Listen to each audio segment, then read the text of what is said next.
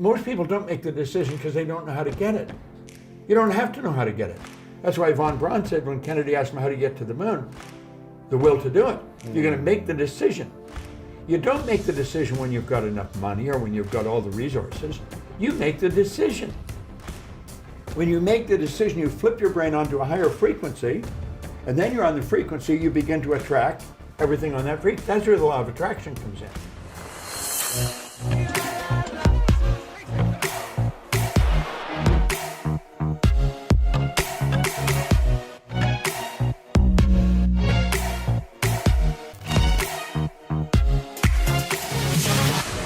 Welcome everyone back to the School of Greatness podcast. We have the legendary Bob Proctor in the house. Good to see you, sir. Good to be here, Lou. Super glad that you're here. You've been an inspiration to so many people since the 60s. Yeah. But really, I learned about you from The Secret, which I think a lot of people learned about Sure. you in the mainstream world. And we were just having a conversation off camera about how you almost missed being in The Secret. So I'm curious if you could tell that story, how you... Yeah, it was an interesting story. I had a message on my phone, but the message was very garbled. I didn't delete it. I hit pound and just... This is the recording box, voice message recording. And yeah. I was in an airport, and the message thing was full. So I phoned Gina. Gina Hayden's been my assistant. She's been with me for 33 years. Wow. Next week. Wow. Anyway, I said, Gina, my phone's full. Help me clean it up. I was in an airport. And so I said, I think this is a number. It sounds like an Aussie number. And I said, I think this is the person's name. Glenda. Was Rhonda Byrne made The Secret. Glenda was her sister. And she was doing the heavy lifting, I guess. So anyway, Gina, and they said something about a movie, but I said, oh, everything I'm telling you could be wrong. Well, she phoned me back in an hour, and she said, no, everything you were telling me is right. Huh. She said, there's a film crew they're doing this film from Australia, and they really wanted you in it, but they haven't been able to get a hold of you. And I thought, well, they couldn't have been trying too hard. They phoned my phone. They found the number. And but she said they're going back to Australia next week. They've been trying for a month to reach you. And they're shooting in Aspen all weekend. And Gina says, isn't that strange? Bob's doing a seminar in Aspen this weekend. I hadn't been to Aspen for 2 or 3 years. Wow. And so I just walked next door. I was working in a hotel. I just walked next door and walked into a little room. It wasn't much bigger than this. And they had cameras, and of course there was no air. And You're sweating, the lights are hot. Oh, it was terrible. I mean, you wouldn't have believed the way that it was set up. And they had 2 cameras, one that was rolling and one fixed. And that's the story. So I answered a zillion questions for them, and they got a roll going, and I just started to talk. And they loved what I was saying because it was along what they were looking for. And so I opened my computer and I put a page of PowerPoints up that would trigger my mind on different things. Mm-hmm. So they had me in there for a couple hours. And I never heard anything from them then. I think that was in the summer until the next spring or something. Really? And I got a CD by FedEx. Now I get a lot of CDs sent to me, and I didn't back then. And this is what, the 90s or 2000? Well, I don't know. It was the year before it came out. It came out in 2006 or something. Okay, so 2005. So it was, yeah. And I put it on my coffee table, and I said to my wife, we got to watch this thing. I didn't even know how to start the CD our own player. unit up. Yeah. And so anyway, she put it on, and I looked, and I thought, oh my God, this is gonna rock. It was because I saw the trailer, and it was the trailer that sold The Secret. Wow. And that thing just took off like a rocket. Yeah. You guys were everywhere for years. Yeah, yeah. And you were one of the main people that they focused on a lot. I feel like I think I'd probably studied their subject more than anybody. Right. And then they had me do a section. If you go into the CD, into the menu, there's a special Bob Proctor in there, where they had me do about 30 or 45 minutes I did it in my office on a green screen. I just started talking. I didn't stop. They never edited it, and they put that. So that's in there. That's the bonus. Yeah, and I think that's online for, I don't know, 2 or 3 million viewers on it. Yeah. Wow, it's inspiring. Yeah, And, yeah. but you already, it was a great hit. Yeah. And but you already had a successful business. You were teaching, doing seminars, workshops. Well, I've been in right? the business since that was in 2006. I'd been in the business since 1968. Wow. You know, I started in 1968 with Nightingale Conant. Okay. Yeah, in Chicago. Yeah. Wow. And you didn't go to high school. You said you went 2 months to high I school. went to high school for 2 months. Yeah, they kicked me out. Why'd they kick you out? Well, I was useless. I was going nowhere, doing nothing. I mean, I was a useless human being, really. I had the word goal. I would think of a hockey game or a soccer game. It was not something a person would work toward. I had been in and out of the Navy and in and out of factories and Wow. working in bars. I mean, I was going nowhere, and I was 26 when I woke up. But prior to that, nothing was happening. I think I'm very effective at what I do because I always figured if this worked for me, it would work for anybody. I was such a loser, and my world changed so dramatically that I've never ceased to be fascinated with what happened to me, and I want it to happen to other people, and it can. Why do you think you were such a loser? Because I feel like we were brothers then. Well, 'Cause I felt like, I've thought about that many times. Yeah. I was born during the Depression. I've been around a long time. I'll be 85 next week. wow. So I was born during the Depression, and the Second World War broke out. I was just 5, 6 years old. My dad went overseas, so I never really knew my dad. I had a brother and sister older and brother younger, so I was in the middle. And I had my grandmother sort of like buddied up with my brother, and my mother with my sister, and I felt like I was sort of lost. You know? And your dad was gone. Yeah. Well, there was no father. I Yeah. mean, he'd come home after the war and then he was gone again. So I didn't have any real direction as a kid. And I was very thin. I was always underweight. I guess I had very low self-esteem. I knew nothing about who I was. Nobody ever taught me anything about that. See, in those days, I mean, things were tough for everybody. You know, during the war and during the Depression, your parents, I guess my mother was happy just to be able to feed us and put a roof over our head. Survive, yeah. Yeah. And now, mind you, she was really a phenomenal woman because she did everything on her own and she made it happen. So my brother and sister and I talk about it. We always say, God bless Mother, because she kept going, you know. Yeah. And so we look back and I think we had good gene there. You know? Wow. What was the biggest lesson your mom taught you? I think the biggest lesson she taught me was to be generous. She was a very generous person. I give a lot of money away. I give a lot. I'm considered a very generous person. And I think I learned it from her. I remember we were kids and there was a family on the street over from ours. I lived in the Beaches area in Toronto. And in the winter it was very cold and we heated the house with coal. And they didn't have any coal, so their house was cold. Right. And I told my mother about it, and I remember she sent me to the corner with a $20 bill It's a lot of money to then. get 2 tens. It was a hell of a lot of money. Right. And she gave me $10 to take to the other family to buy a ton of coal. Wow. She didn't even know them. And that stuck in my head. Well, I'm still talking about it 65 years, 75 years later, yeah. She was very generous, even when she had Yeah, and very I think that was something that she instilled in me. Probably in all my brother and sister as well, you know. Did she end up kind of making it or Well, earning more no, money she or- did. I mean, she kept things going. Yeah.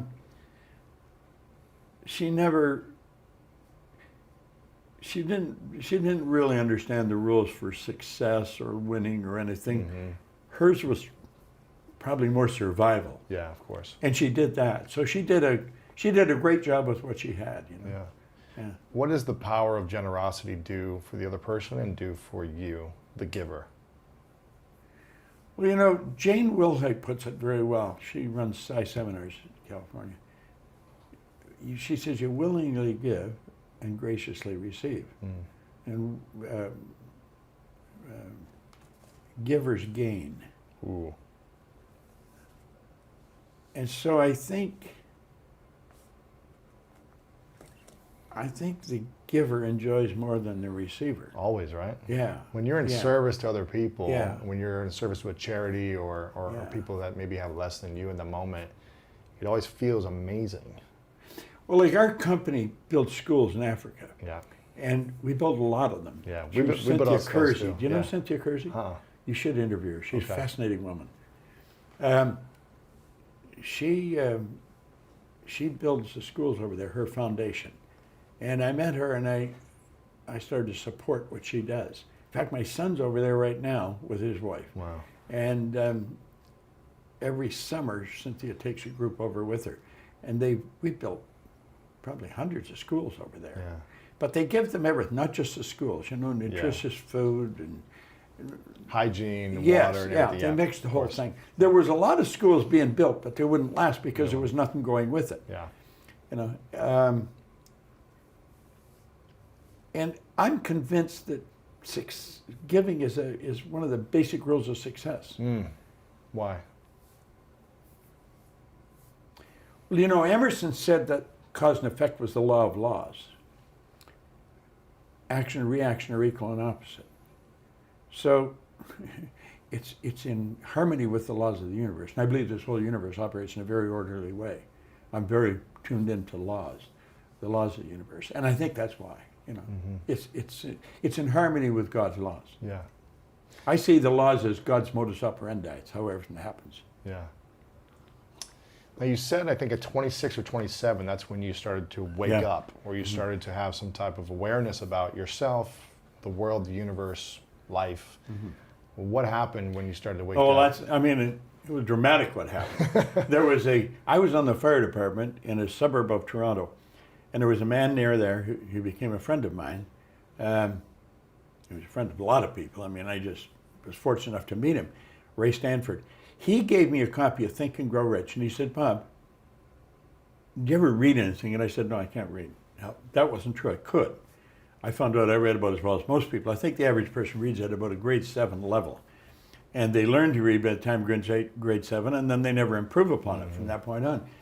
But he said, if you do exactly what I tell you and read this book every day, you can have anything you want. Well, I was unhappy, I was sick, I was broke, and you can have anything you want. I thought it was nonsense. But he said something else. He said, listen, my way's working, yours isn't. He was happy, healthy, and wealthy. The guy always had money on him. And big, healthy guy. And he said, you're unhappy, sick, and broke. So he said, I must know something you don't know. Why the hell don't you do what I tell you? Well, I think something clicked. Now, people had tried to reach me. I was 26 since I was a kid, and none of them ever did. And so I started to do what he suggested. And he said, what do you really want? Well, all I wanted was some money. I was earning $4,000 a year at the time, and I owed $6,000. So, if I had paid everything I earned for 18 months, I would have just broken even. Wow. It was an impossible situation. And I was just looking at what was. I couldn't see beyond that, so that's what made it impossible. And he said, listen, write what you want on a card. Now, I got a gold card in my pocket. I've carried one ever since. He said, write what you want on the card. You can have anything you want. So he said, what do you really want? And I said, I want some money. I figured if I had enough money, all my problems would go away. Everybody, I was getting the phone, where's the money? They were always after me, people I owed money to. So I wrote that I wanted to have $25,000. And now, if I had got together all the people I know, or knew at that time, and put all their money together, we wouldn't have come up with $25,000. We probably wouldn't have come up with $1,000. It was an enormous amount of money. It was nuts. So I wrote that in the card. He says, you got to read it every day. And he'd keep saying, did you read it? Did you read it? So he got me reading it. And I reading the book or reading the card? No, read the gold card. The card. Read the gold $25,000. Just a gold card. Read the gold card. I'm so happy and grateful now that I have $25,000. And I learned something very important from it. All I thought about prior to that was debt. Because people are always phoning me, when are you going to pay me? If you think about debt, You're going to be in debt forever. Yeah. You become what you think about. Well, this gold card got me thinking about earning money. I never thought of earning money before. I thought about debt all the time. And it got me thinking of earning money. So I started to hear people talking about earning money. And because I heard them talking about it got me thinking about it. And some guy said, there's good money cleaning floors. I said, I'm not proud, I'll clean floors. I was prepared to do anything. I wanted to earn this money. I said, I wanted to earn money. So I started to clean one office.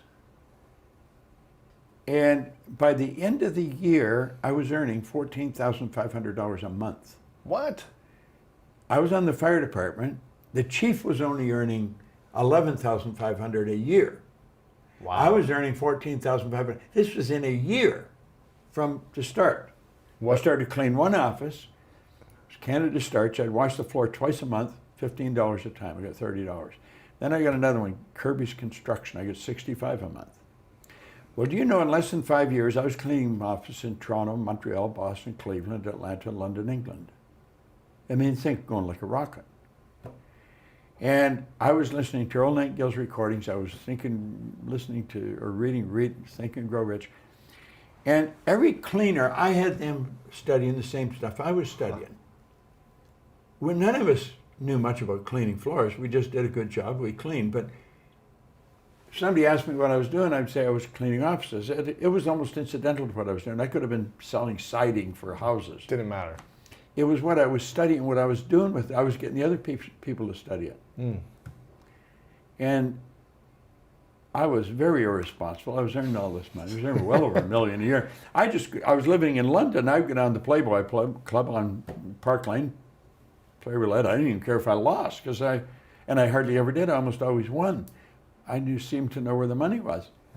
And one day I thought, this isn't very responsible. I don't know what the hell triggered it in my mind. And I thought, how did this happen? And I didn't know. I didn't know how my life had changed so dramatically, but it had changed dramatically and in a short time. I'd been raised to believe if you're going to earn a lot of money, you got to be really smart. I knew I wasn't very smart. I was earning a lot of money, so I thought that's not true. I was raised to believe if you're going to get a good job, you got to go to school. Well, I hadn't gone to school. I didn't have a good job. I owned the whole company. Right. So I thought that's not true. So I started to wonder about all the things that I believed. Are they true? They're not true. And so then I had to know what happened, and I couldn't find out.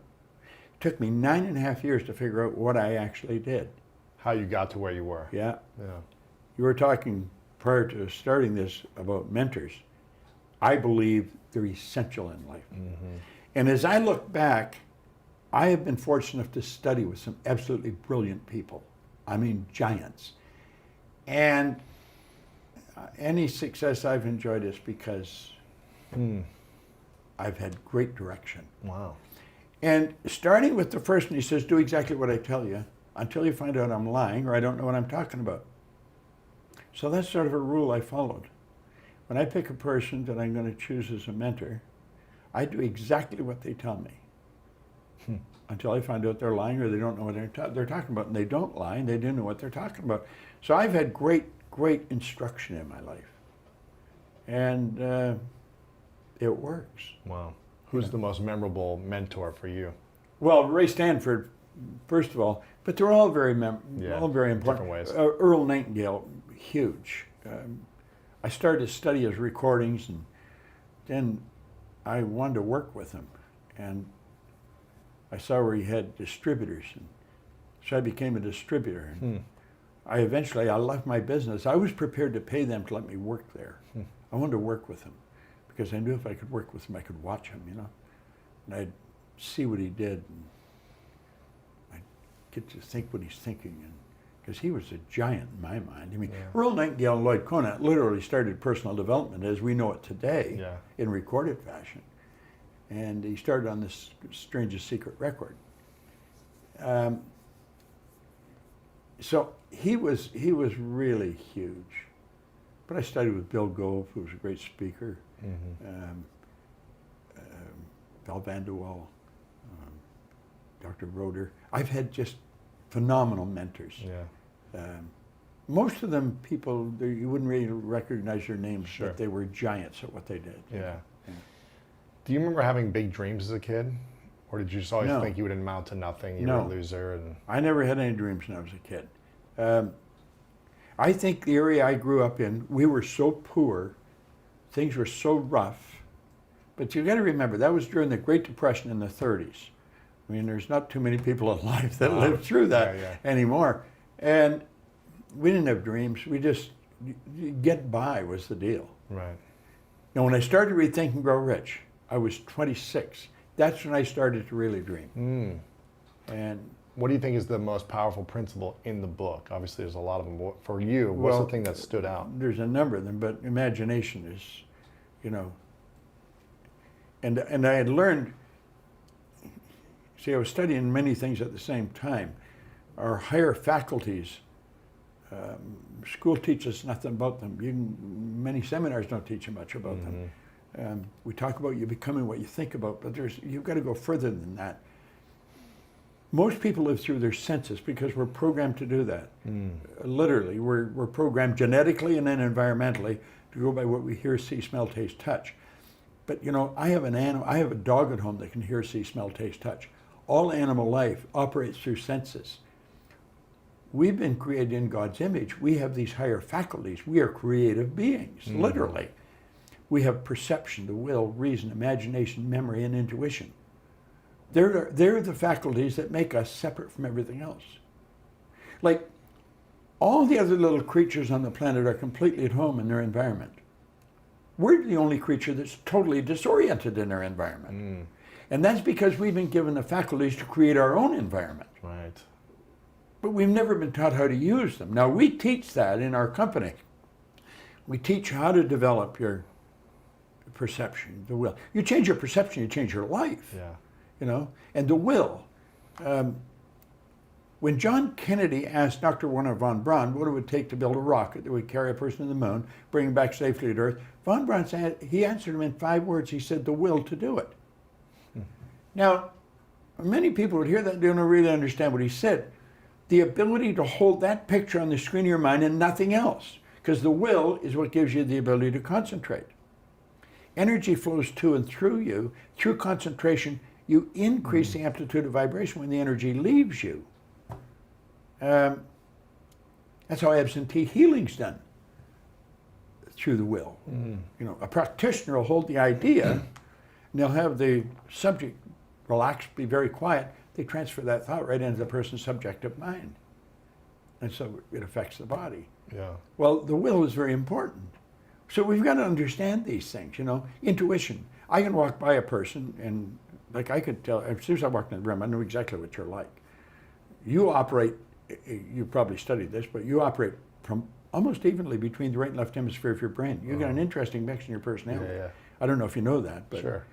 I could feel that. You're almost an even balance between the two. And, as I say that, I'm trying to figure you're more one than the other, and I don't think you are. Well, your intuition will do that. Because your intuition is a mental faculty that picks up vibration and translates it in your mind. It's through intuition that you get answers to your questions. Like you asked a question, the opposite side of question is an answer. It's the equal and opposite side. So our answer comes with our question, but we're not tuned in to pick it up. Like every question is an answer.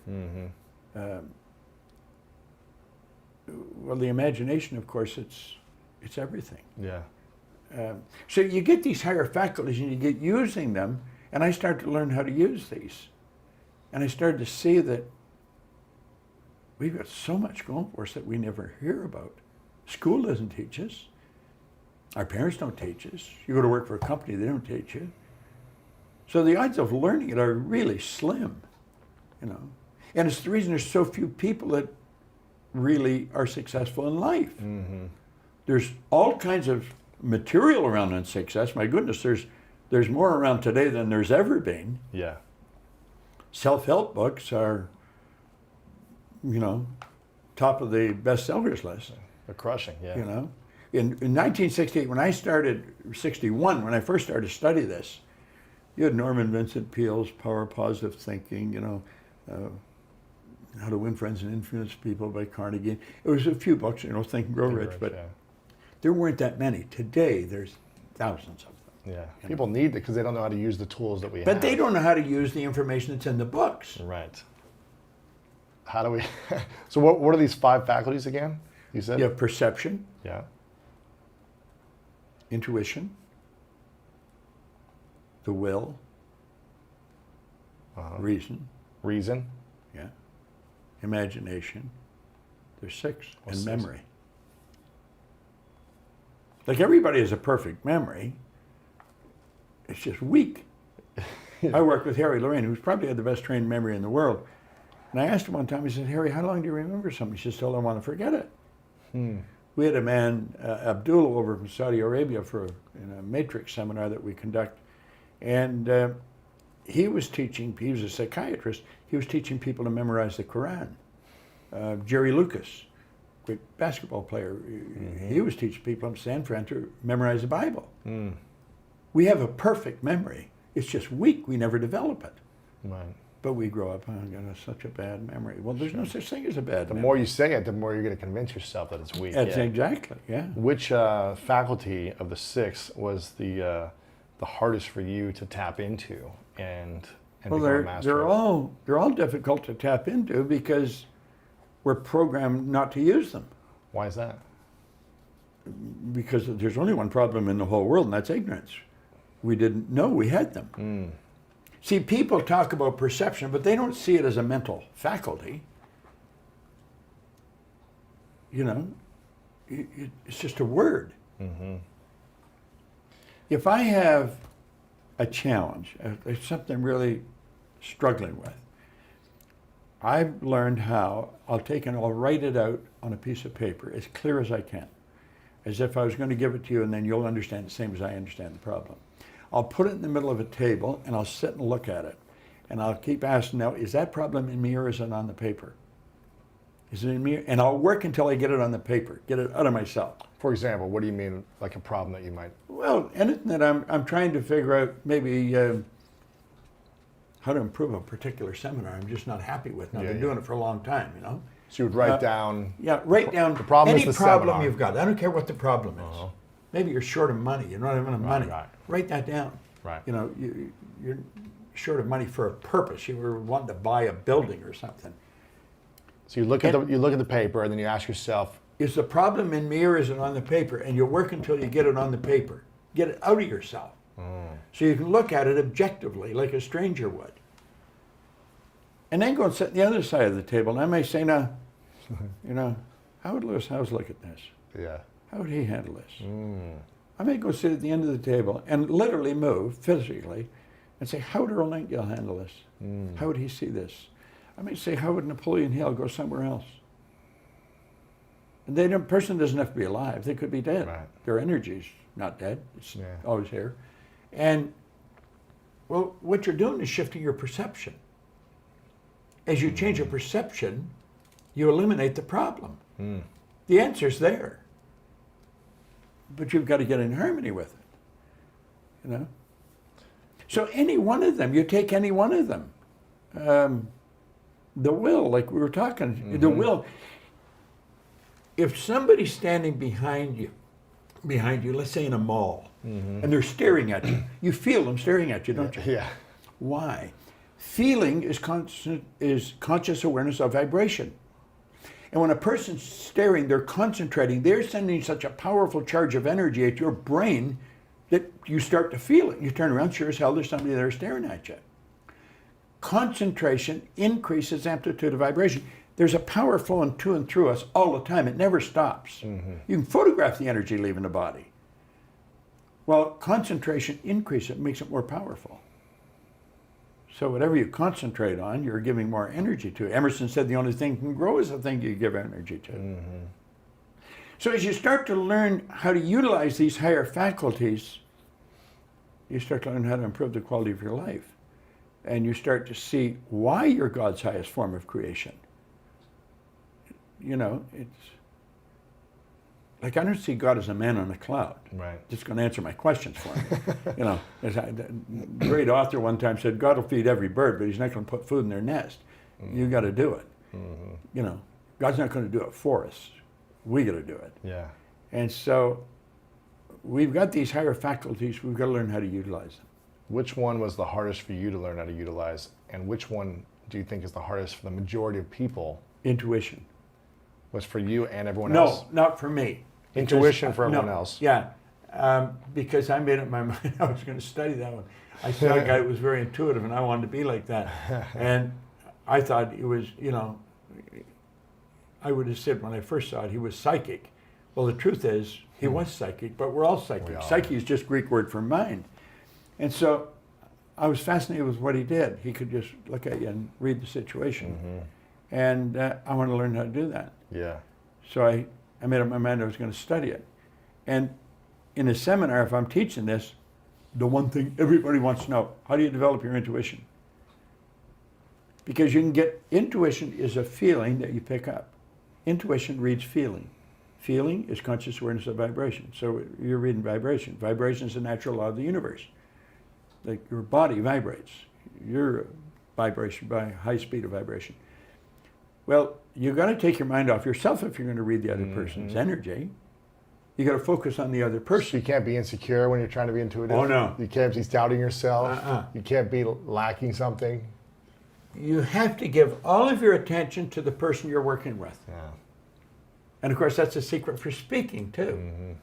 You know, most people don't do that. We're more concerned. What's he think of me? Does she like me? Is my tie straight? Is this? What am I going And- to say next? Yeah. What am I going to say? Am I going to say the right thing? You got to take your mind off yourself totally and put it on the other person, and you got to be relaxed. You got to get very relaxed, and you'll tune into their energy. You start to feel it.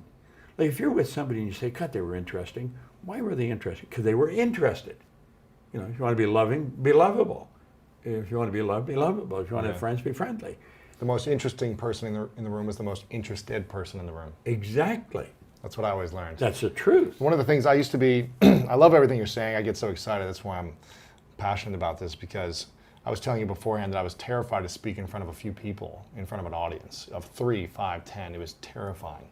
The idea of being in front of 100 or 1,000 people was like, I'd rather, curl up in a ball when I was 18, 22, those ages. And I remember someone telling me, I heard that somewhere, the most interesting person in the room is the most interested. And I said, that takes all the pressure off of me. I don't have to say anything interesting. I don't have to be like this funny, charismatic. Just have to be interested. Just listen. Yeah. And ask interesting questions or ask a thoughtful, genuine question. It doesn't have to be smart. Just. See, most people, they don't even remember the person's name. Yeah. Why? Because they're not interested in their name. They're too focused on themselves. What does the person think of me? If you're really interested, you're going to remember the person's name. Yeah. Do you know what's interesting? You mentioned there's a good story about public speaking. I had studied this stuff for a long time, and I had used it. I knew it worked. I didn't wonder if it worked. I knew it worked. Yeah. And all I wanted to do was teach it to other people. It took me 9.5 years to figure out why I changed.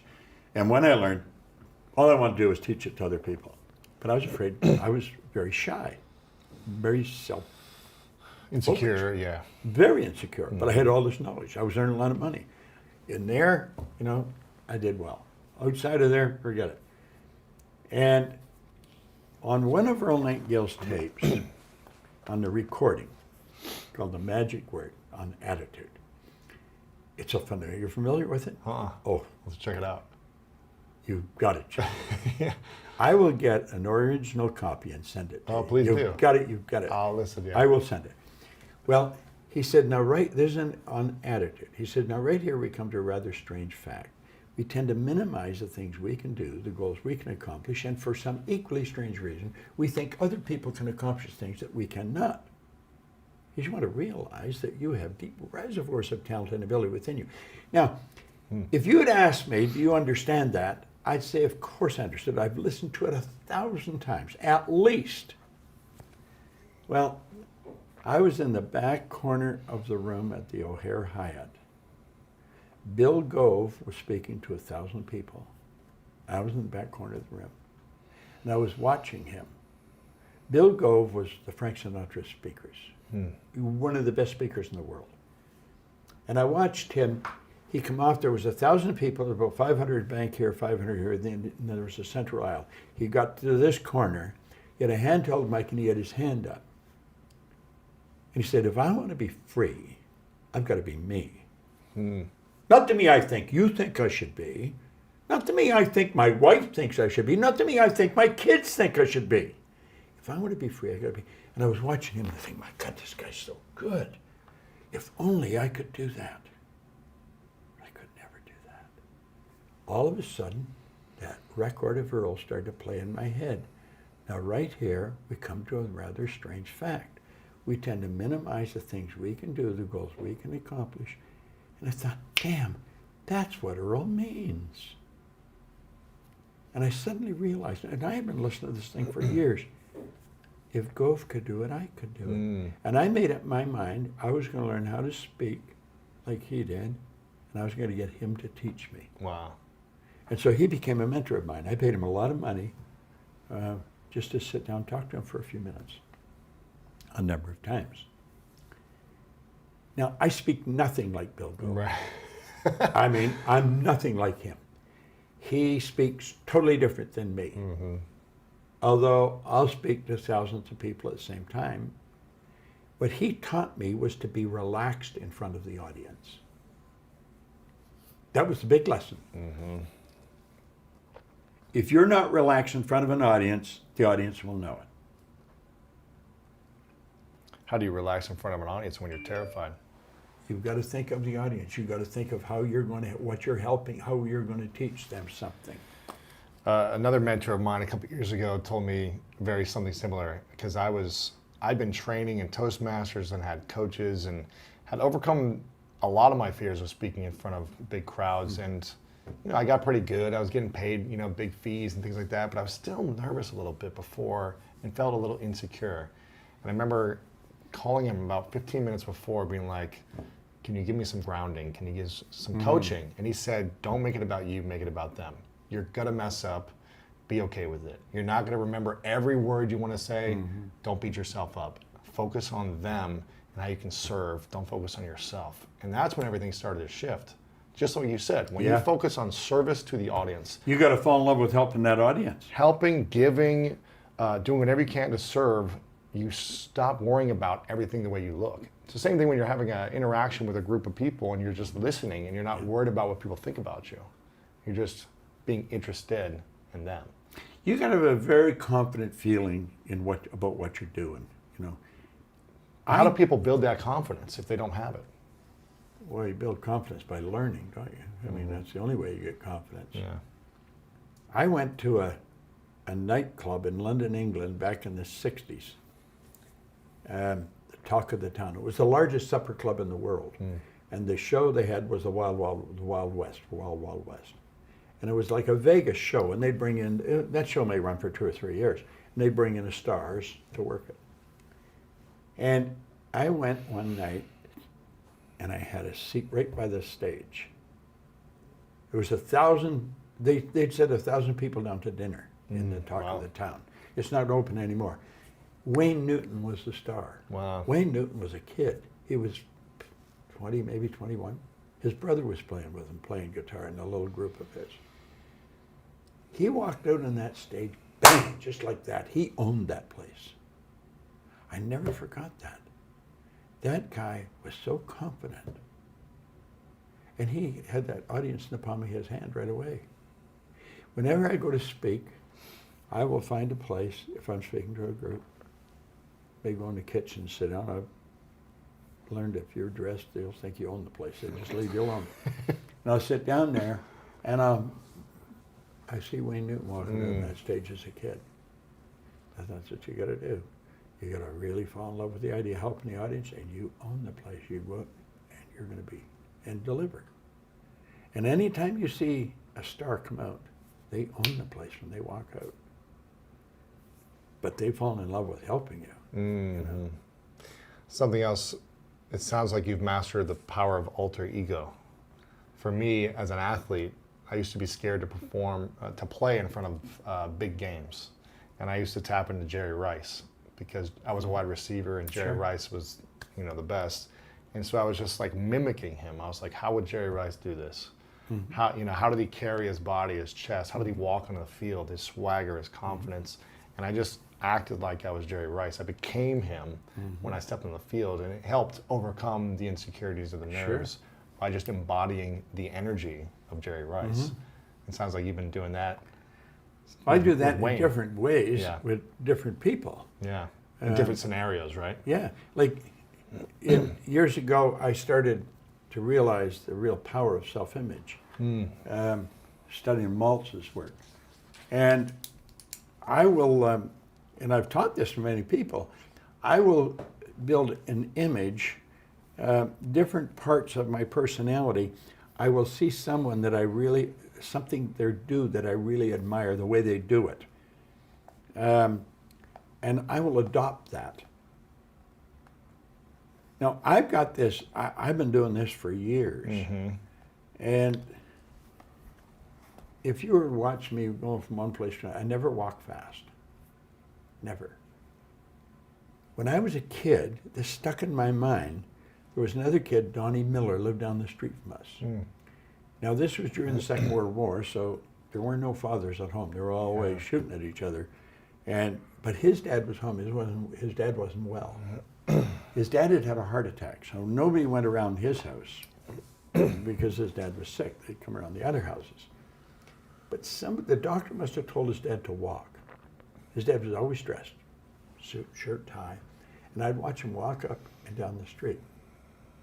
I'd see him every now and then. He'd walk up and down the street. And he had this real relaxed walk about him. And when I was building a self-image, a picture of his dad stuck in my mind. And so I sort of mimicked his walk. Wow. But I've done different things. Like, I used to watch Earl Nightingale record. When I first went to work for him, he had a recording studio. It'd be like this, there was a window. My office, I could look in when he was recording. And one day I realized he's talking to that damn microphone. Right. He does a microphone. And I thought, that microphone's a person to him. Now, you create all great broadcasters, they just talk to one person. They don't imagine say the you person. people or you Yeah. folks or talk to you. But they would be talking, and I realized he's talking to a microphone. So in a recording, I talk to one person. It's a microphone. If I'm working with an audience, I talk to one person. These are just little lessons that I picked up to get better at what I was doing. I remember, if a person's negative in an audience, real negative, there could be 500 people in that audience. That one person's energy is so strong. Stands out, yeah. And there was a woman that I met, Beverly Lynch, years and years ago when I was at Nightingale, Conant, and I asked her one time, I said, she was the speaker. I said, Beverly, what are you doing? There's a negative person in the audience. She smiled, and she says, you talk to the light, not the dark. I thought, wow. So obvious, why did I miss that? So if I'm talking and there's a negative or a few negative, I just take one person that's super positive, and it doesn't matter where I'm looking, that's the person I'm looking at. I'll talk to that person. So you focus on the positive people. Always. Always. Yeah. You won't try to put your attention on the No, negative no. person and try to No. get them to be happy and smile. You just... If you just keep putting the positive, if they just open their mind for a minute, you're in. Yeah. You got to get the information into their subconscious mind. Yeah. You mentioned, I think one of the faculties you said was the most challenging is imagination. Is that one of the most challenging for people? It's not the most challenging. It's something we really want to gain an understanding of, because most people use their imagination. They use it the wrong way. They imagine what won't work. They imagine something bad happening. What should we imagine more often every day? We should imagine you should see yourself where you want to be. You got to live there. There's a great book. You may be familiar with Stella Adler's book, The Art of Acting. Oh gosh, you got to get it. Stella Adler was a great acting teacher. She was a method acting teacher. She studied under Stanislavski, the Russian acting teacher that originated method acting. Okay. Marlon Brando wrote the foreword in her book. He was the first method actor to reach superstardom. Okay. And he wrote the foreword in her book. Now, Stella Adler never actually wrote a book. A man named Kissel took all of her teaching, all of her lessons for teaching, and he put them into a book. So when you read her book, you're going to her acting classes. Mm-hmm. And like Shakespeare said, we're all actors, the world's the stage, and that's true. Well, when you reach a goal, you're going to act like you're already there. It's already happened intellectually the second you think about it. It's already happened emotionally when you're emotionally involved with it. So it's only a period of time until it manifests in physical form. Right. But because it's not in physical form, we act like we haven't got it yet. Yeah. Well, so that's why most people stay stuck, because they're acting like they haven't got it yet. Or if I can't act like that, Lewis would see that I haven't got that result, he'll think I'm phony. I got to quit worrying about what Lewis thinks and start concentrating on what Bob thinks. And so you see yourself, your imagination, you got to be that person. Goethe said that, great philosopher. He said, before you can do something, you first must be something. Mm-hmm. So you've got to be it intellectually. You've got to be it emotionally. It's like Solomon says, as a person thinks within their heart, the emotional mind. Well, it's only a period of time then until it manifests physically. That's one of the first laws of the universe, is the perpetual transmutation of energy. Energy is moving into form, always. To form, moving into form, through form, back into form again. So we cause it all to happen the way we think and the way we stay locked into ideas. How should people be developing their imagination on a daily basis in a positive way? Well, I think they should take time to image what they want. I have a business partner, Sandy Gallagher, who's a brilliant woman, and she rides horses, gaited horses. Mm-hmm. And she's in Kentucky right now in big shows there. Mm-hmm. She images herself as a world champion. Every day, she takes the time and she sees herself as a world champion. She sees herself getting the roses, getting the whole thing. And that's the way you should do it. I think you build the image of what you want. I mean, you obviously imaged this studio before you ever built it. Right. I mean, everything you see here was part of the image in your mind. But everything you create twice. Once in here, once out here. So you never get an original painting. You always get a duplicate. The picture's in here. Wow. So we have to see ourselves with what we want here. Now we've got enormous deterrent in our paradigm. We're conditioned genetically and environmentally. And that conditioning is controlling most people's lives. That's why brilliant people are broke. Brilliant people are unhappy. Brilliant people never really accomplish very much. They're absolutely brilliant, but their paradigm is controlling them. It's all about intellect. They're smart people. But you got to consider where we come from. A little particle of energy from mom, a little particle of energy from dad comes swimming along. That's the nucleus of us. Then that goes on for 280 days, attracting more energy until you make your debut on the planet. And then you're programmed environmentally by your environment. So everything that's going on is going right into your subconscious mind. So you come out, you're programmed genetically.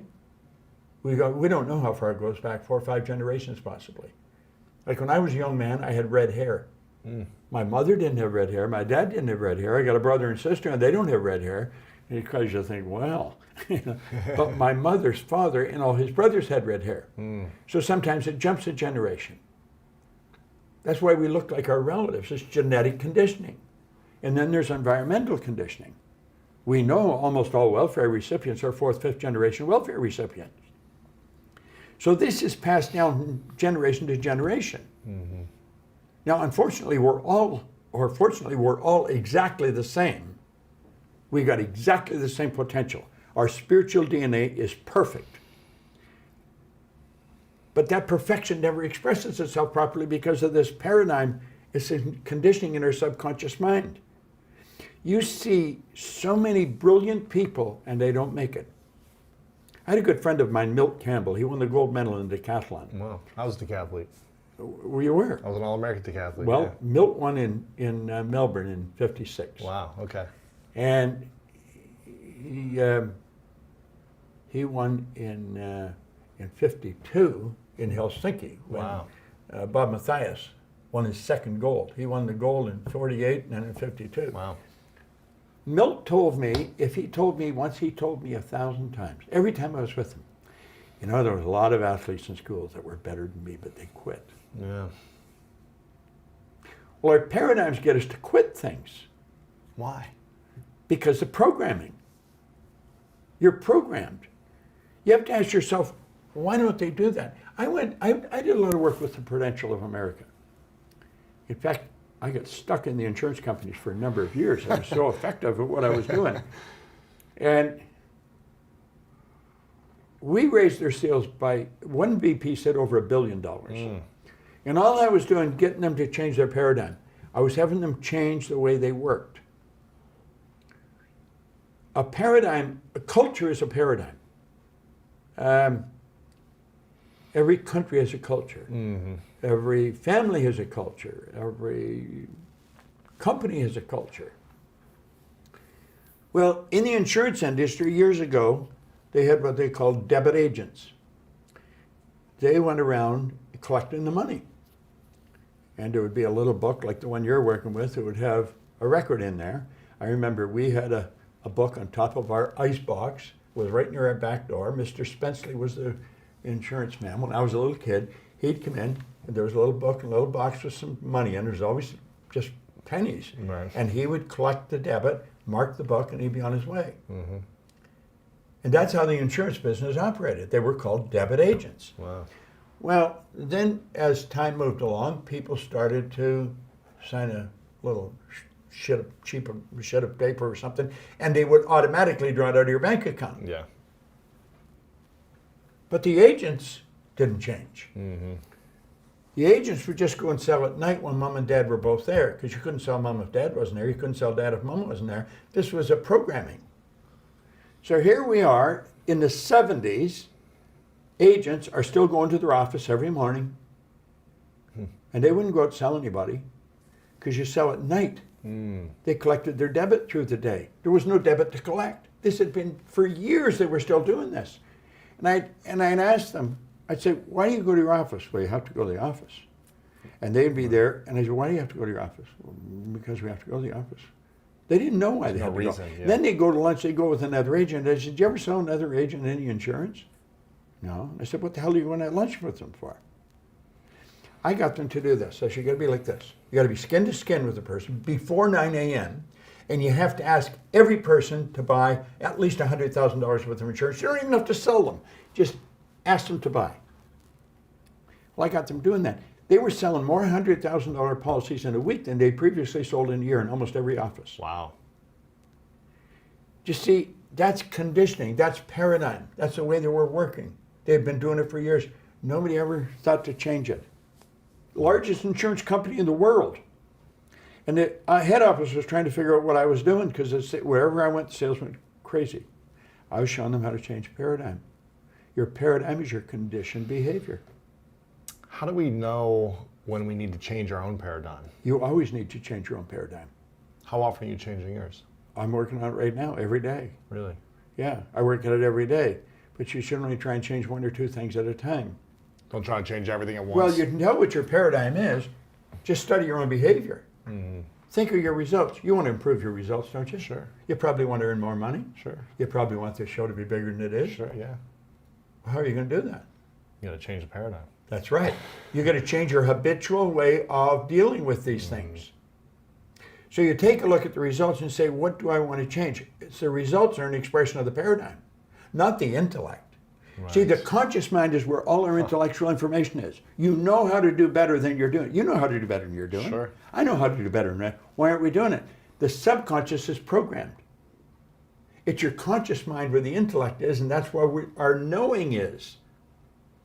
Person knows, but they're not doing what they know. Just say, why do you do that? I don't know. Well, you know better. I know. Why are you doing it? I don't know. Well, I know. It's their paradigm controls their behavior. Yeah. So you take a look at your results and you say, what's causing that? So you've got to take back your behavior pattern. Why are you doing that? Because you're programmed to do it. Mm-hmm. Right now, the last time we did a paradigm shift seminar in Los Angeles was a number 3 or 4 months ago. We gave everybody a ring binder. It's a damn thing's about that thick. And on every page is the same. At the top of the page, you write 10 things you're grateful for. Uh-huh. And then there's a statement that you write. I am so happy and grateful now that I know my spiritual DNA is perfect. And that perfection is within me. Every morning, I look for ways to improve my paradigm. I have to write that with my left hand. I'm right-handed. I'm on my 41st day today. Writing left-handed? Writing left-handed. Why? It's changing the paradigm. I could be just as proficient with my left hand as I am with my right, but I got to change my paradigm. I'm programmed. Now, when you're writing, you just write. You don't think. That's why graphical analysts can tell a lot about your personality through your handwriting. Yeah. Of sloppy handwriting. If you're Don't writing read with your left hand and you're right-handed or your non-dominant hand, you gotta consciously pay attention to every stroke, every move your hand's making. And the second you stop, it looks like it was Chinese art that you were drawing. Right. But I know through repetition, keep doing it, keep doing it, keep doing it. It'll probably take me a year. Wow. But I'm learning how strong the paradigm is and how hard it is to change it. So a year from now, I'll probably be as proficient with one hand as I am with the other. And I'll stick to it. Wow. What's the thing you want to change the most within yourself to get to the next level of results that you're looking for? I want to be more effective in selling on a larger scale. So not one-to-one or one-to-few, but one to mass? Yeah, like I have a sales staff. We've got a pretty mature company. We've got about 70 employees in our company. Wow. So we've got about 20 salespeople. Say 10, we have 20. I want to have a larger sales force. I want to create more leads for them because I think what we do is so important. We literally change people's lives. And I'll work until I die. I have no intention to ever retire. I think it's a despicable idea even. So I'm forever. Now, I worked on an idea last night on the plane. And it's sort of similar. Maybe it was because I was coming in here. Maybe that triggered this because we've been trying to come in here for over a year. Yeah. Somebody keeps telling me, Dates change and everything else. Yeah, we just we weren't able to be here until today. Anyway, I'm on the plane and I'm thinking, how can I get more people? I have a studio in Toronto. If you're ever in Toronto, you'll have to come and see it. I want to see it, yeah. We have a beautiful studio. It is a television station. I had a couple of people from a TV station in one day, and I said, "Sir, like a television?" They said, "No, Bob, it is a television." I can run 4 cameras simultaneously. Young Scott there, he could operate the cameras from right in here on his computer. I can stream all over the world. It's 50 feet from my house. Wow. And we can stream all over the world from there.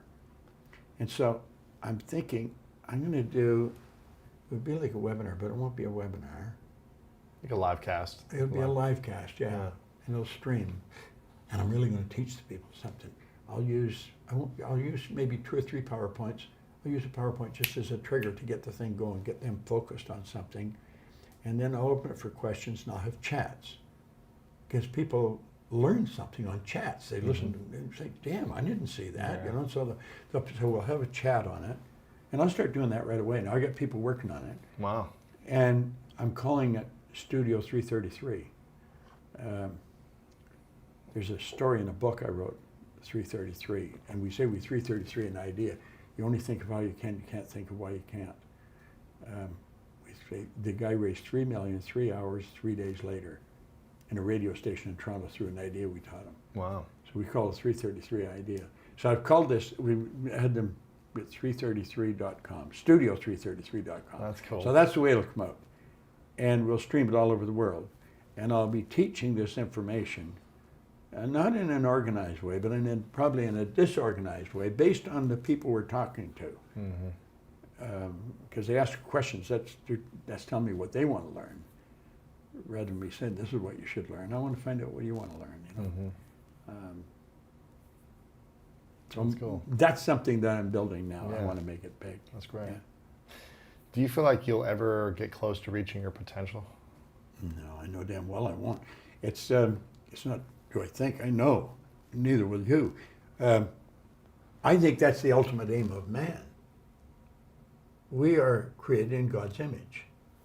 Now everybody's got a different image of that, but we're capable of doing anything. We have infinite potential. Our spiritual DNA is perfect, so there's perfection within us. And spirit's always for expansion and fuller expression, never for disintegration. The disintegration we bring about. So spirit's always for expansion and fuller expression. We're spiritual beings. So that perfection is trying to express itself through us. We stop it.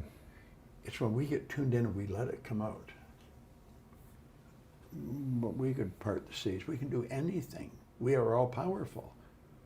All the power, all the knowledge is 100% evenly present in all places at the same time. So that's within you, within me.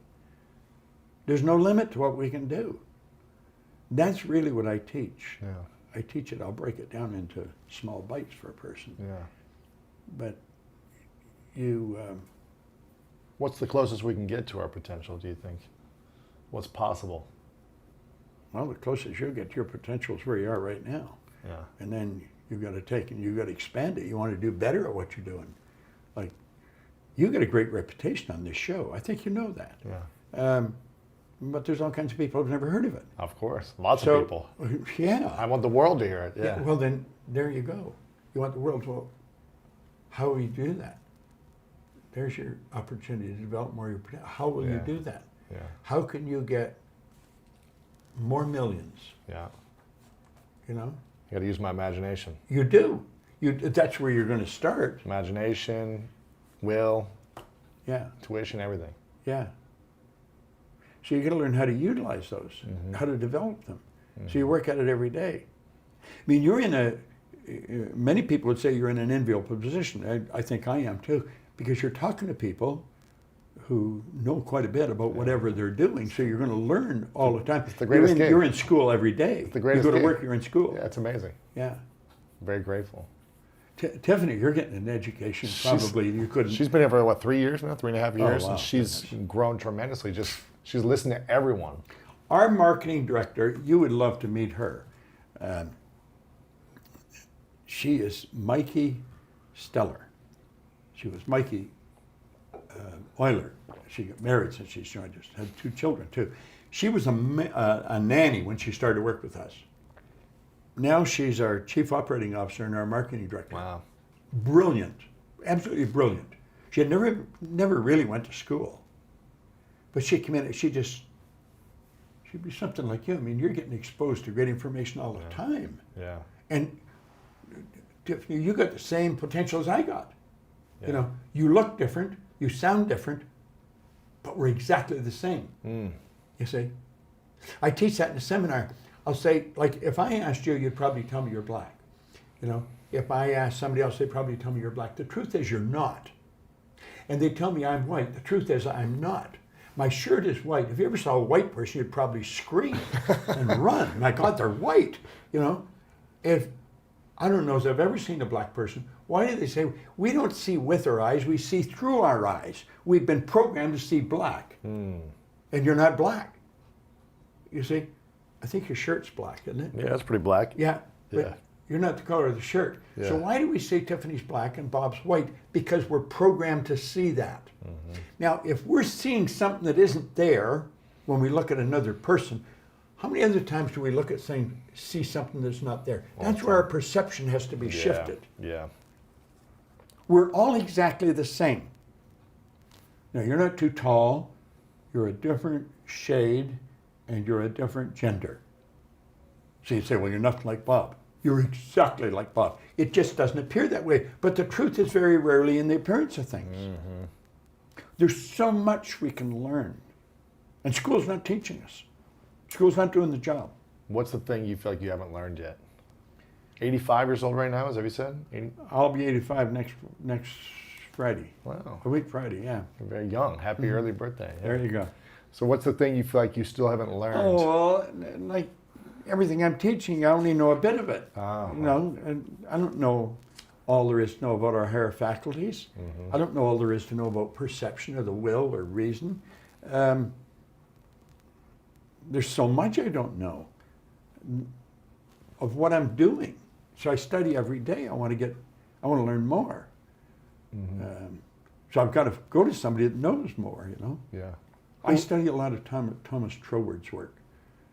He's a wonderful author. He wrote the Edinburgh Lectures on Mental Science, the Dory Lecture on Mental Science, the Law and the Word, Bible Mystery, Bible Meaning. He was a great author. You know. And there's a woman, Genevieve Behrend. She wrote Your Invisible Power. She was Troward's only student. She went and studied with him from 1912 to 1914. And she, it cost her $20,000. That must have been an enormous amount of money back then. But she was his only student. And she wrote a book, Your Invisible Power. It's a great book. Your Invisible Power? Your Invisible Power. Okay. I will send you Check a it out. copy. Yeah, I will please send you do. a copy. It's a great book. What's your top 3 recommended books for people of all levels? Well, that's not one of them, but I will. That is, yeah. and maybe it should be. Think and Grow is Rich. Think and Grow Rich. Yeah.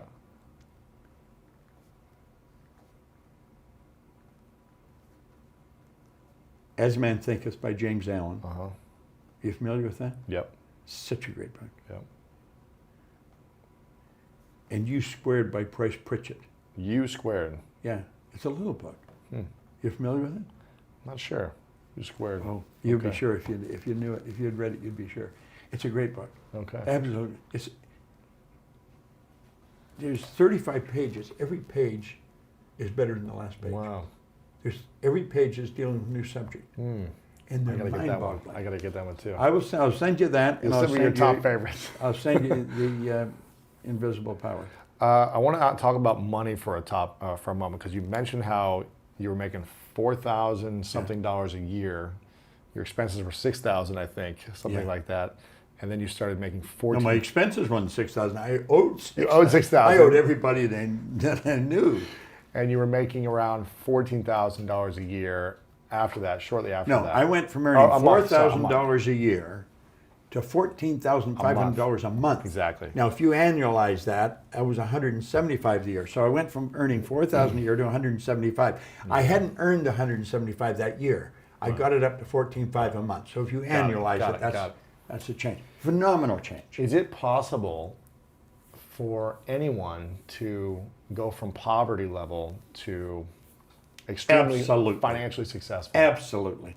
I think earning money is one of the simplest things I ever learned. And it's one of the most misunderstood things. Wealthy people historically have always had multiple sources of income. They don't have one. They have many. Yeah. I was cleaning floors. I thought the answer was work harder. Because I really wanted to earn some money. Yeah, of course. And I thought it was all important. Today, my attitude towards money has changed dramatically.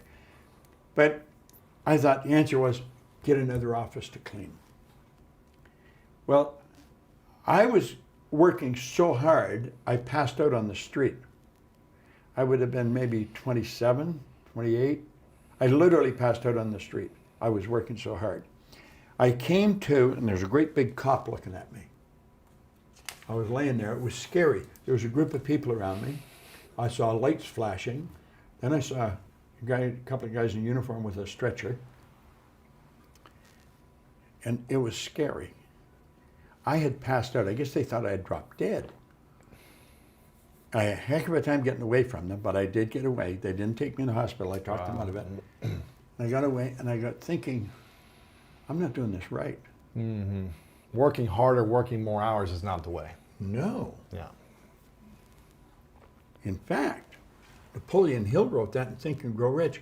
He said, if you are one of those people who believe that hard work and honesty alone will bring riches, perish the thought, it is not true.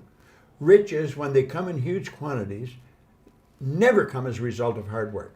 They come, if they come at all, in response to definite demands based upon the application of definite principles and not by chance or luck. So you got to find a demand and fill it, but you got to follow definite principles to do it. Wow. In other words, it's got to be in harmony with the law. You got to give more than you get. If you're trying to get, forget it. Yeah. Well, I got by myself and I thought, I'm doing something wrong. I was earning more money, but here I'm passing out. This is not normal. And it's like a little voice in my head said, if you can't clean all of them, don't clean any of them. So I got all dressed up. People now accuse me of sleeping in my suit. I wouldn't take a suit off. Didn't matter where I was. Because I knew the cleaners were tired, and I would go around. I got other people cleaning offices. Mm-hmm. And I knew pretty well where they'd be. So I dropped around, I'd bring coffee and donuts, and I would drop in and I would talk to them about goals.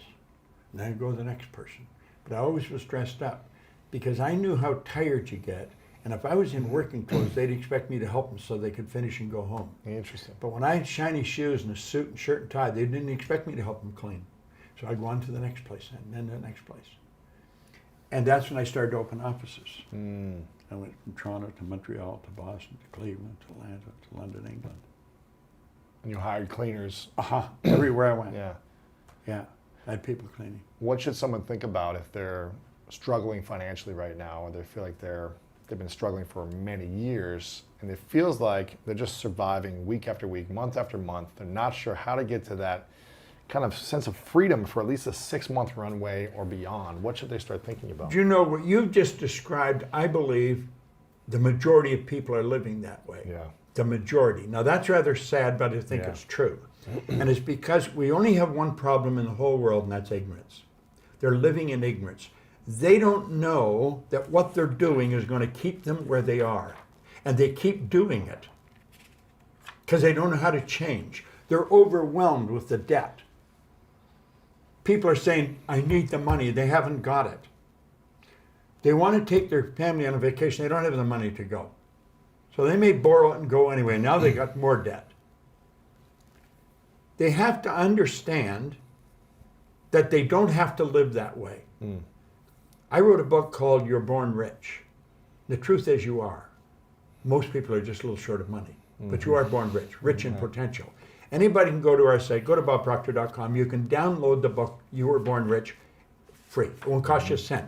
And chapter 2 is how much is enough. It's described very well how to get out of debt. You got to create a debt repayment program where it's all done automatically. And then you focus on prosperity. You've got to have a financial goal. You've got to work toward it. And you've got to understand that you can earn more than you're earning. And wealthy people don't have one source of income. They have more than one. I was earning money all last night while I was sleeping. Yeah. You can actually earn more money when you're sleeping than you can spend when you're awake. Yeah. You know, it sounds like a cute line, but it's true. There's no end to what we can earn. If you are not getting information from someone who is already wealthy, then you're probably getting information from the wrong people. Most people ask their brother-in-law, or the guy next door, or the girl they know, how do I earn more? Hell, if they knew, they'd be earning it. They don't know. And most people talk to people that don't know. Carlyle put it very well. He said he did not believe in the collective wisdom of individual ignorance. And that's where most people are getting it, from people that don't know any more than themselves. I think you have to go. That's why these seminars are so important today. Yeah. People have the opportunity to go and learn. Most people won't pay to go.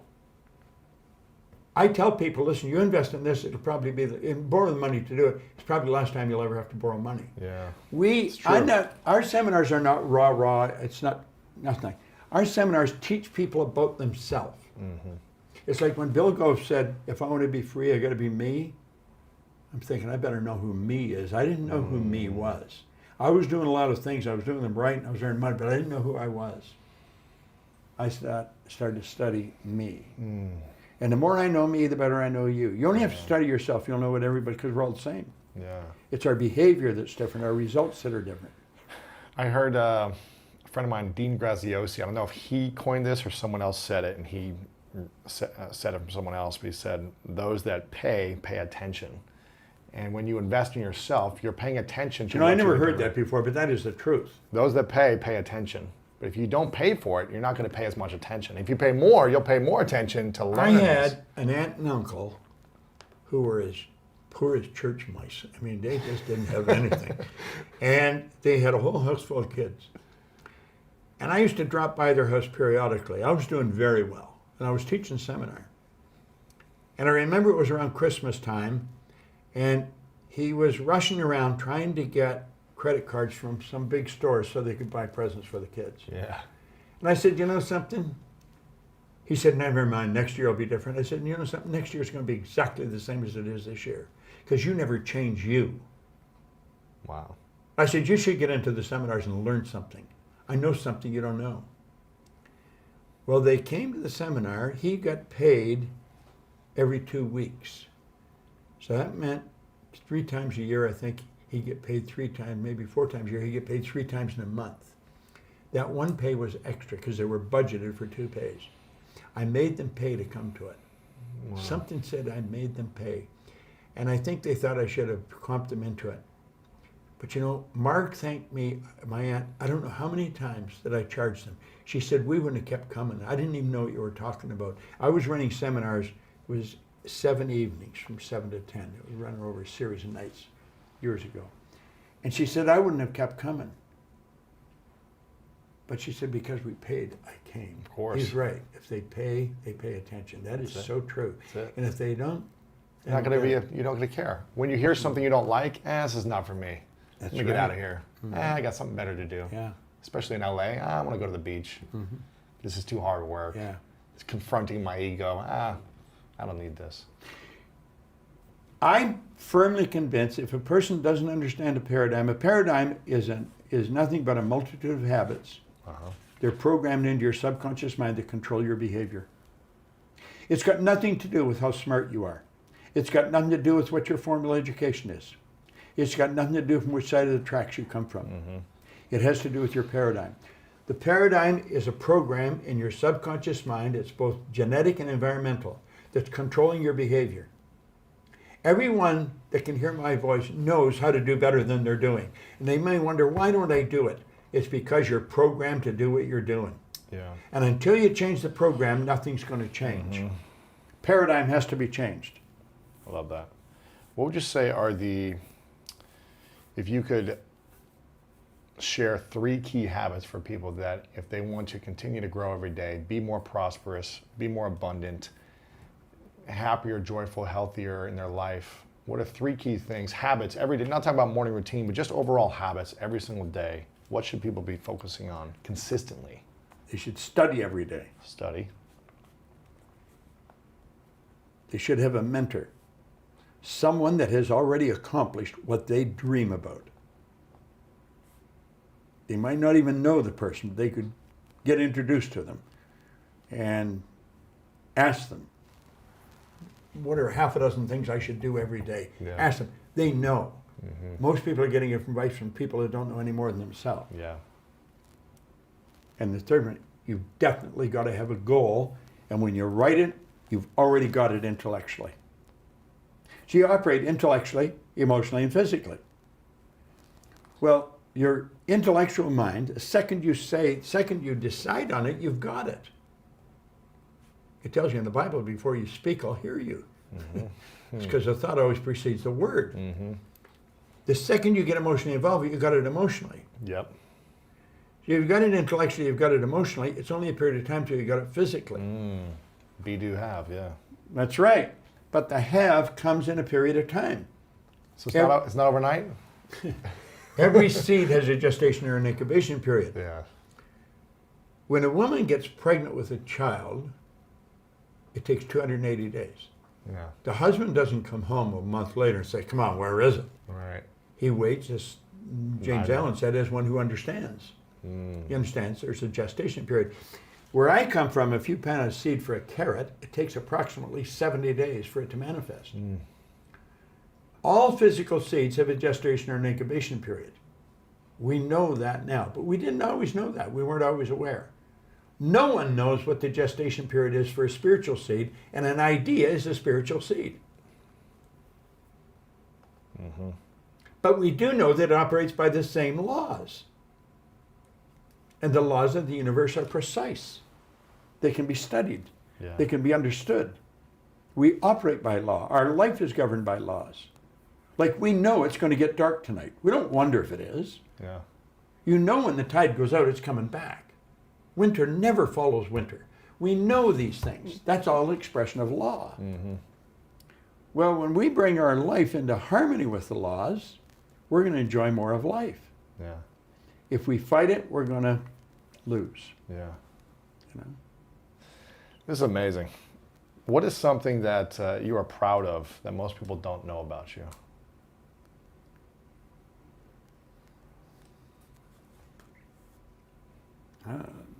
I don't really know. I spend all my time thinking of how to teach this, you know. Yeah.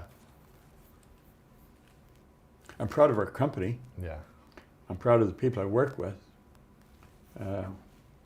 Proud of my family. I just love what I do. I just love it so much. I think it's such a shame when people don't study. Mm-hmm. Yeah. Because, That's your first habit, yeah. well, there's so much about us that we don't know. And we can do anything. Life is pretty special, you It's know. amazing. Well, it really is. It's incredible. Yeah. Do you have any fears? Oh, I have lots of fears, yeah. I mean, you fear anything you don't know, but you don't let them control you, Yeah. you know. I think someone said that courageous people don't have any fears. Eddie Rickenbacker said there's no courage without fear. Mm-hmm. Courage gets you to face the thing you fear. So I have fears. Anytime I go to do anything that I've never done, I'll be afraid, but that doesn't stop me. Yeah. In fact, I call that hitting a terror barrier, you know. A terror barrier. A terror barrier. That's, you got to, like, you get a new idea. Let's suppose a person's got an idea, they're going to quit their job and start their own company. That's an exciting idea. They're intellectually involved with it, that's all. Mm-hmm. I mean, they can play with that all they want. In their mind, Nothing's ever going to happen because it's just intellectually. They take the idea and they get emotionally involved with it. Now all hell breaks loose. Yeah. They hit the terror barrier. Ooh. I start to feel the fear. Ha. And if you don't go through the terror barrier, where do you go? You're right back into safety. Bondage, and that's where most people live. Because they don't know how to do it. They don't know where the money's going to come from. They don't know where the help's going to come from. I heard one time a good thing when the Maharaji was going to take TM to the world. One of his advisors said, well, where's all the money going to come from? He says, wherever it is right now. Wow. I love that, because that's where the money's going to come from. So when people hit this fear because they haven't got the money, they don't know how, they want to realize the way is already here. If nothing's created or destroyed, if all the power is 100% evenly present in all places at the same time, everything we've got it right here. It's right here. We just don't understand it. So you hit this terror barrier. If you don't go through it, you're toast. Yeah. So You always stay in your comfort zone. You'll never be able to grow yeah. and So expand. if something doesn't scare me, I know I'm not growing. It's something that, as an athlete, or did you play sports growing up at all? Not a lot, no. Some recreational stuff, yeah.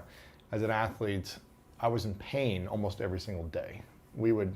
Our coaches would push us to a limit that we didn't want to go to. Yeah. They wouldn't hurt us, where we'd be broken bones, but it was painful. I'd much rather be laying on the couch, playing video games or whatever it is, having fun.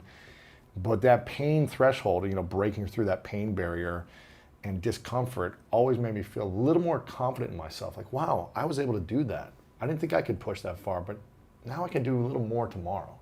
And doing that every day over years is conditioned me to want pain every single day in a healthy way. That's where the coach played an integral role. Yeah, huge. The coach is the mentor, and that's what they play. And I think if you have the right coaching for a period of time, then you said, now, It's in me. you see, it's part of you now. me. Well, that's where it is. It's part of me. Like, fear would never stop me. In fact, if it doesn't scare me, I know I'm probably not going in the right direction. Yeah. Should we face a terror barrier every day? Is it too much to do it every day? No, I don't think so. I don't think so. Is it helpful if we're looking for things that scare us every day? Well, yeah, you should be going that way, Yeah. you know. And you'll realize after you go through it, you step through fear into safety. But you've got to understand too, what you're doing is you're getting emotionally involved with an idea. Yeah. You're changing the paradigm. Now, even when you go through the terror barrier, the fear doesn't leave because the paradigm hasn't changed. It takes a period of time for to form the new paradigm. So the fear's going to be there for a while. Until you feel like, oh, this is my new comfort zone. That's right. I've broken through this. Now this is the new norm. I feel comfortable. I refer to it as an X. X. I said, you know, X, X, X. And the Y is the new idea. And the Y doesn't mix with the X. You get the Y intellectually, the X is the conditioning. And the Y won't mix with the X. So that sets up a foreign vibration, which we call fear. Well, when you break through the terror barrier and you finally eliminate the fear, the Y becomes the new X. And then it's why. That's right. Yeah. So it becomes a new X and the conditioning's still there. It's just on a higher level. Oh. Yeah. What are thoughts that we should be thinking every day? You give us habits, learn, study, have a mentor, have a goal, or multiple goals. But what are the ideas we should be saying to ourselves internally and externally? Well, I think you have an affirmation, a positive statement from yourself you give to yourself, and that has something to do with your goal. You know, that's how you change the paradigm. The paradigm can only be changed one of two ways. One is an emotional impact, which doesn't happen often. And the other What's is, the example for that? well, an example for that would be 9/11. Yeah. Now, 9/11 wasn't an emotional impact for me. It probably wasn't for you. But for people that lived right near there or lost somebody there, that was emotional impact. Just something that hits you so hard, it just knocks you off your pins. Emotional impact. And repetition, constant spaced repetition. So you take this affirmation of thing I want to change, and you've got to keep repeating it to yourself. You've got to keep seeing it through the repetition of it. Pretty soon it becomes fixed in your mind. Then the thing you're afraid of becomes a habit. You just automatically do it. Yeah. Like there's things you do automatically today that you don't even give a thought to. Yeah. But at one time you're afraid to do it. Sure. So I think that's how you keep changing. Thought is a very powerful, thought is the preamble to everything. Thought waves are cosmic waves. They penetrate all time and space. I had a good fortune working with Ed Mitchell. He was the captain of the lunar landing module on one of the Apollo flights. And he did thought transference exercises from the other side of the moon. Wow. With Sherman and Ford here on Earth. They're all gone now. But you're doing thought transfer exercises all the time. And we just have not got to a point where we really understand that. Like if I, here's my phone. Here it is. If I dial your number, I'm on your frequency. I will never get Tiffany's phone to ring. Right. I will only get your phone to ring. If I take a picture of Tiffany and I send it to a friend of mine in Singapore, simultaneously with me hitting send here in Los Angeles, they've got it in Singapore. You know that. Yeah. Well, thought works the same way. I could be thinking of you, I'll trigger cells in your brain. And those cells, if you're not thinking, those cells will start jiggling, and you'll start thinking of me. And maybe I'll phone you and say, this is the damnest thing, I was just thinking of you. Yeah. Happens all the time. Well, we got to understand what's happening. You think on frequencies. Now, this has to do with goals. When you set a goal, you have to flip your brain onto the frequency that the good that you desire or that you need for that goal is there. So most people don't make the decision because they don't know how to get it. You don't have to know how to get it. That's why von Braun said when Kennedy asked him how to get to the moon, the will to do it. You're going to make the decision. You don't make the decision when you've got enough money or when you've got all the resources. You make the decision. When you make the decision, you flip your brain onto a higher frequency, and then you're on the frequency, you begin to attract everything on that frequency. That's where the law of attraction comes in. See, The Secret brought out the law of attraction, but it didn't explain it. None of them explained it. I didn't even explain it. I didn't get the time. Most people don't even understand it. You can only attract according to the frequency that you're operating on.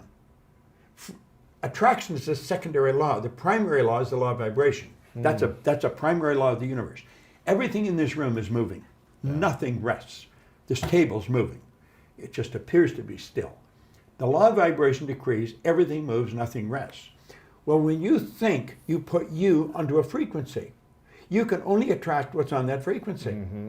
You think about a person a lot. Just concentrate on that person will phone you, or you'll bump into them on the street. Because you're thinking about it, yeah. The law of attraction takes over. You could attract to you what you're in harmony with. Well, when you set goals, you got to see yourself already there. That's called a mindset. A lot of people talk about mindset, they don't understand what it is. They set their mind on the frequency that they have to be in to attract what they have to attract. And that's how the goal moves into form. You get emotionally involved, you're so intellectually and emotionally involved. The only problem is you don't have it on a physical plane yet, but it will manifest in time. We just don't know what the time is. So you're guessing at the time you reach your goal. Right. Yeah. I love this stuff. Okay. I love this. I live for it every day. I can listen to this all day with you. Yeah. I want to ask a few final questions. This is a question I ask everyone at the end. It's called the 3 truths. So I want to imagine that you get to pick the last day on this physical earth for you. At some point you got to go, and it could be 100 years, 300 years, it could be tomorrow. Whatever it is you want it to be, you get to pick the day. And imagine you've created everything you want to create, or close to it. And you feel grateful for it all. You've done everything you want to do. You've had the life, the relationships. But for whatever reason, you got to take it all with you. Everything you've created, it's got to go with you when you leave. However, you get to write down on a piece of paper 3 things you know to be true that you would leave behind for the world. 3 lessons that you would leave behind. And this is all people would have to be remembered by you or your messages. I call it the 3 truths. What would you say are yours? That's an interesting question. Live in the now.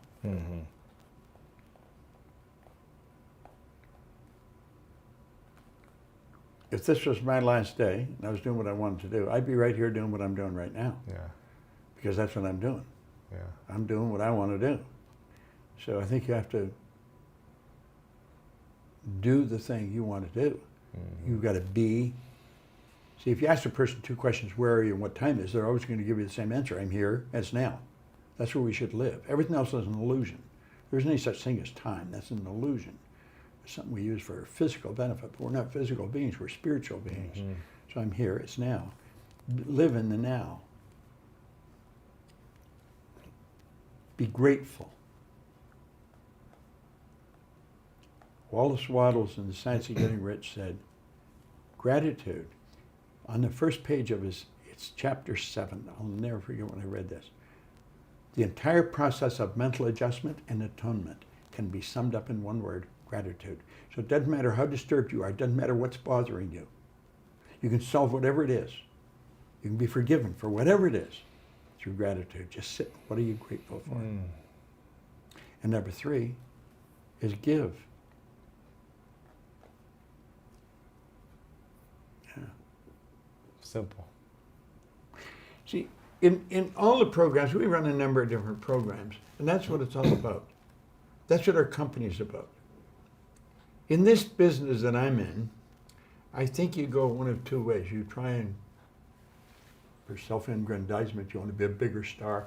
I've never wanted to be a star. I never wanted to be a speaker. I don't see myself as a speaker. I want to teach more people.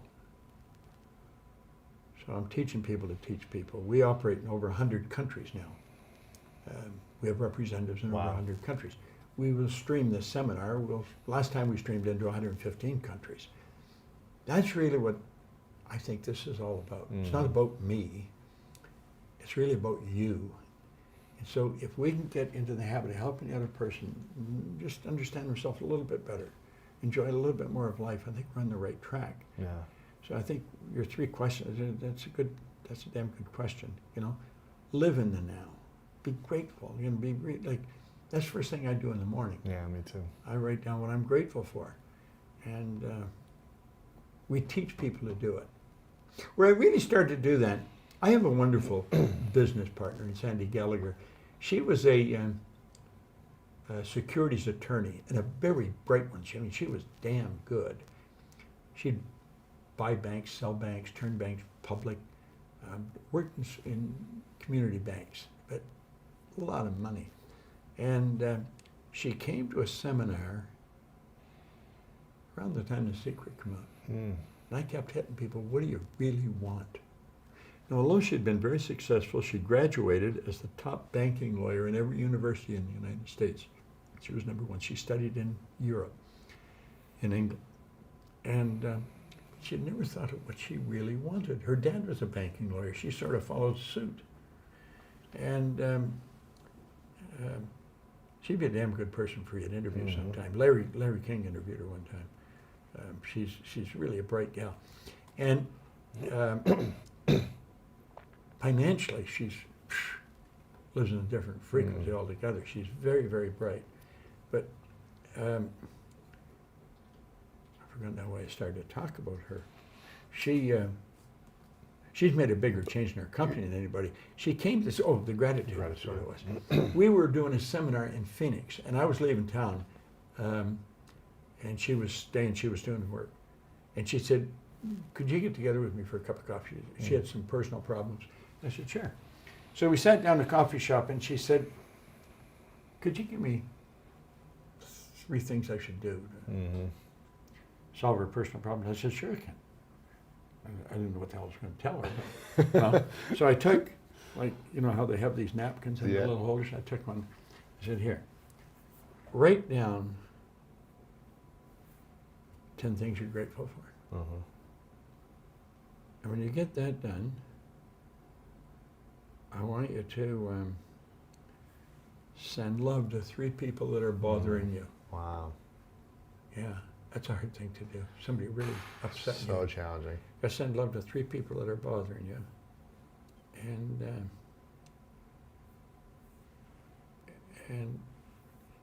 third, share it with somebody. You know.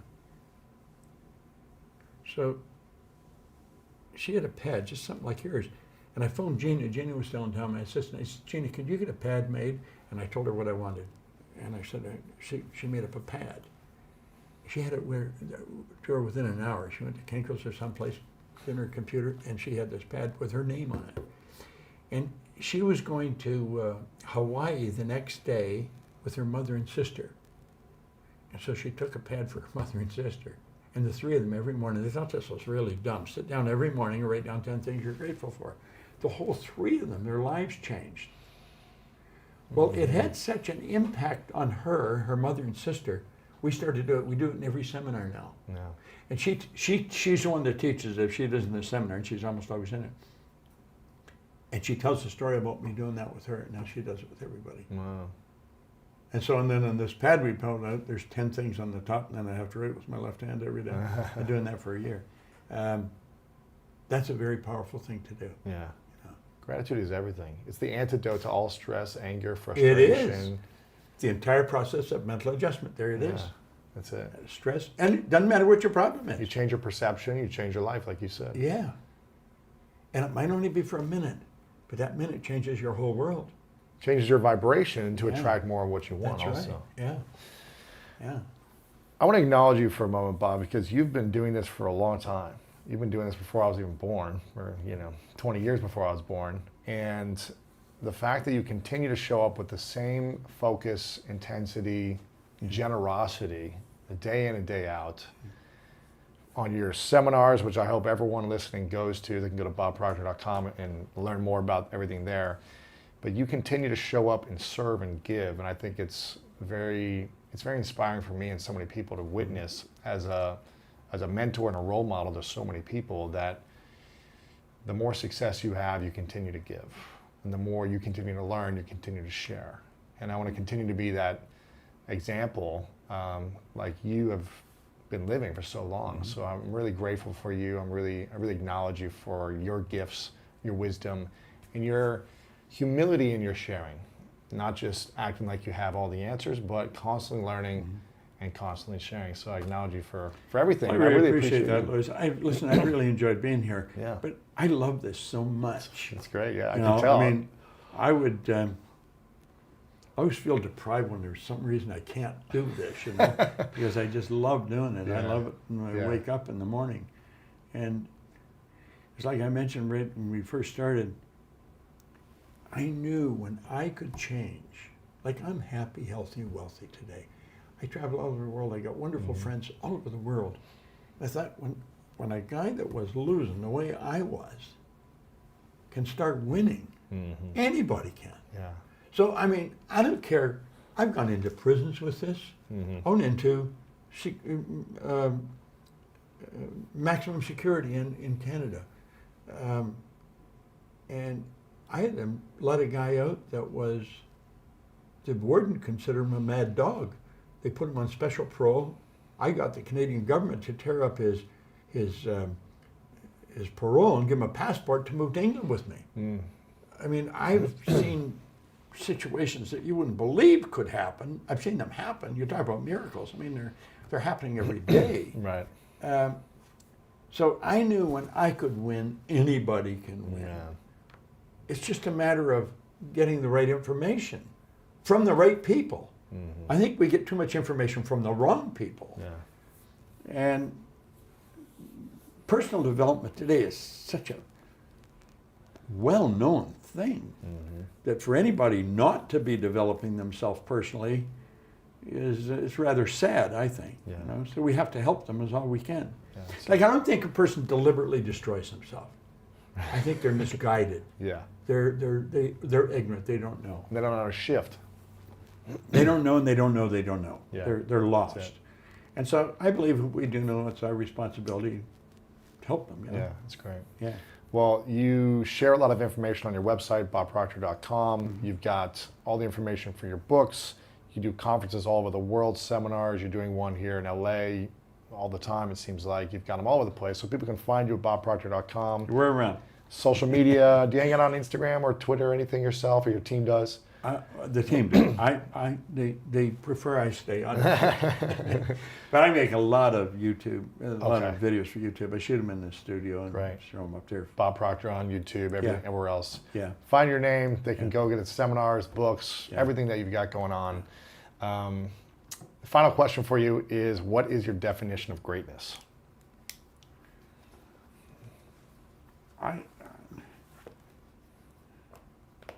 That is a good question.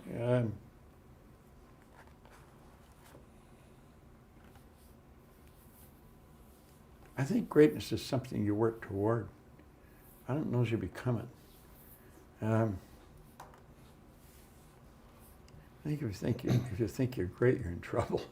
I think it's something you work toward. Yeah. I think it's an enviable place that you go after, you know, because you're bringing out the best of yourself. There's greatness within every one of us. There's no question about that. In every person, there's greatness. I think it's the essence of who we are. I don't know as you ever get there. I'm always going there, you know. Yeah, yeah. I want to get there. I'd like to become great at what I do. I think I'm pretty good at it, but there's people that are better, and there's people that know more. I want to learn from them. Yeah, that's awesome. Bob, appreciate you. Thank Good. you. It's been a real pleasure. I've enjoyed it. Thank you.